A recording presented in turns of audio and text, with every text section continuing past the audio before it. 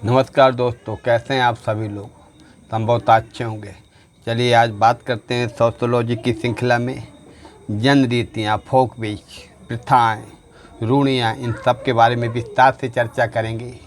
अभी हाल ही में विज्ञापन आ चुका है उत्तर प्रदेश में जीडीसी का, गवर्नमेंट डिग्री कॉलेजों में असिस्टेंट प्रोफेसर के लिए ये सारी सामग्री आपका उसके लिए अत्यंत उपयोगी सिद्ध होगी।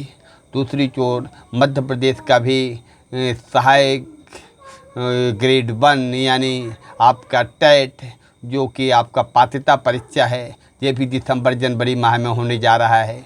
यूजीसी नेट ये भी जनवरी में है। यूपीजीआईसी आपका जो प्रवक्ता है उसका भी आपका जनवरी या फरवरी में एग्ज़ाम होगा।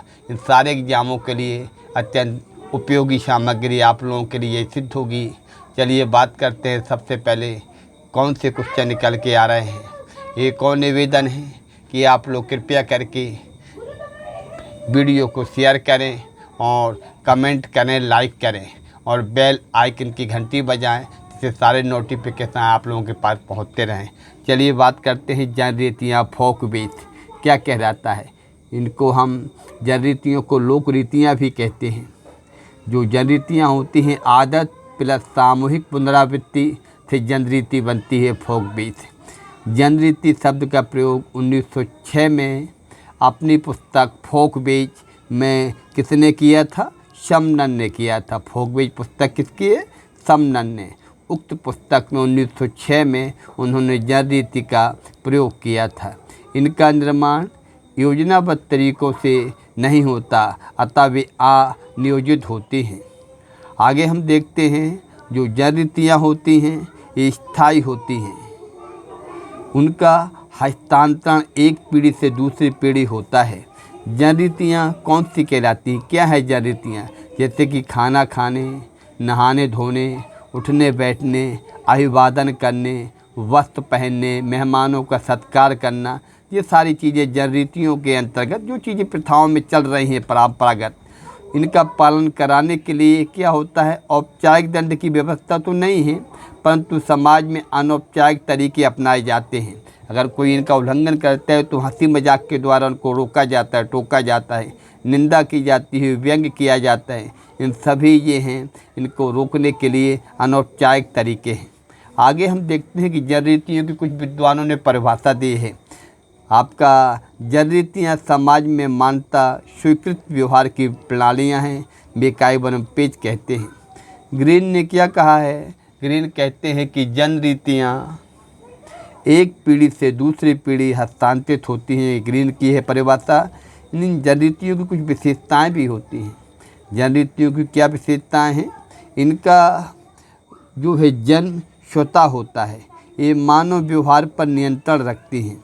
ये अलिखित होती हैं और क्या होती हैं? पीढ़ी दर पीढ़ी हस्तांतरित होती हैं जन रीतियाँ। समूह कल्याण की भावना इनमें छिपी होती है। ये समय के साथ बदलती रहती हैं। ये अनियोजित एवं असंगठित होती हैं। आगे हम देखते हैं बीर स्ट्रीट महोदय क्या कहते हैं कि कोई भी समाज इनके बिना नहीं रह सकता। जन रीतियों के बिना ये मानव समाज पर नियंत्रण रखती हैं। जन रीतियाँ ये मानव समाज में एक रूपता लाने का भी कार्य करती हैं। यदि मानव जीवन का आरंभ और अंत कहीं है तो वह लोक रीतियों में है, क्योंकि हम उन्हीं से अपना जीवन प्रारंभ करते हैं और पुनः उन्हीं में वापस आ जाते हैं। किसने कहा है? डेविस ने कहा है। चलिए आगे देखते हैं आगे कौन से क्वेश्चन निकल के आ रहे हैं। आगे हम बात करते हैं आपका कस्टम यानी प्रथाएं। प्रथाएं कैसे बनती हैं? जन रीतियाँ प्लस सामूहिक अनुभव, अगर इनको मान्यता दे दी जाए तो प्रथाएं कस्टम का रूप धारण कर लेती हैं। इनकी विशेषताएं क्या हैं? प्रथाएं क्या होती हैं? पीढ़ी दर पीढ़ी भी हस्तांतरित होती हैं जन रीतियों की तरह। ये व्यक्ति के व्यवहार पर नियंत्रण रखती हैं। ये नियंत्रण का अनौपचारिक साधन है, औपचारिक साधन नहीं है। कैसा साधन है? अनौपचारिक साधन है। ये अलिखित एवं अनियोजित होती हैं। इनका स्वतः विकास होता है। आगे हम देखते हैं समाज ही प्रथा का न्यायालय है। ये कठोर एवं अपरिवर्तनशील होते हुए भी समय के साथ बदलती रहती हैं। प्रथाएं कौन सी कहलाती हैं? क्या प्रथाएं? जैसे कि पिता की आज्ञा का पालन करना, ये क्या है?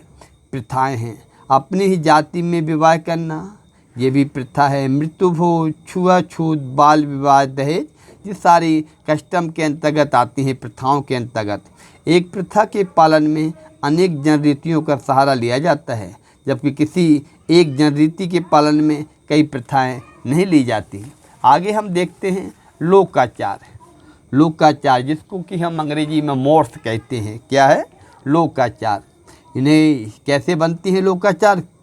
इनमें होता है आपका सब, पहला है आपका प्रथा, फिर समूह की स्वीकृति, प्लस जन कल्याणकारी भावना, प्लस बाध्यता, तो बन जाती है मोर्स यानी लोकाचार रूढ़ियाँ। आगे हम देखते हैं मोर्स शब्द का प्रयोग सर्वप्रथम समनन ने किया। जनरीतियाँ ही आगे चलकर लोकाचारों का स्थान में परिवर्तित हो जाती हैं। जब कोई जनरीति समाज में लंबे समय तक प्रचलित रहे, जिसे समूह के लिए आवश्यक माना जाए और जिसका पालन करना समूह के हित में हो, तो यह लोकाचार का रूप ले लेती है।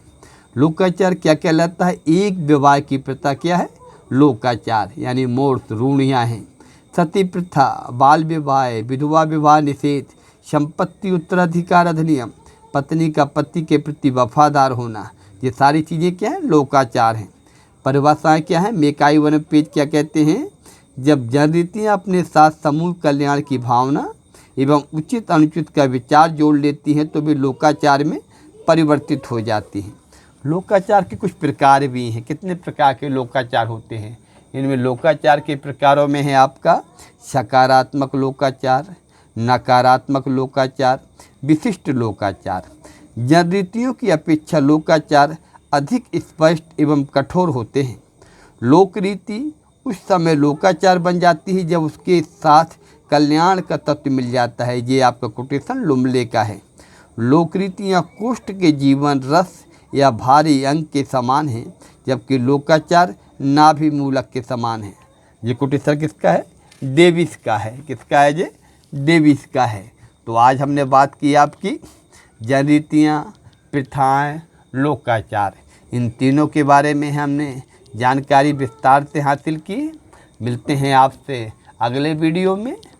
तब तक के लिए इनका आप गहन अध्ययन करिएगा और आने वाले एग्ज़ाम के लिए थोड़ा सा गंभीरता से आप स्टडी चालू कर दें, क्योंकि आपका संभवतः निश्चित तौर पे जीडीसी और जीआईसी यूपी का आपका जनवरी के लास्ट में जा सकता है।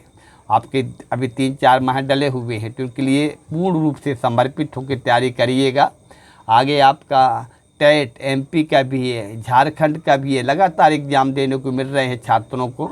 तो आप प्रयास करते रहिएगा, निश्चित रूप से आपको सफलता मिलेगी।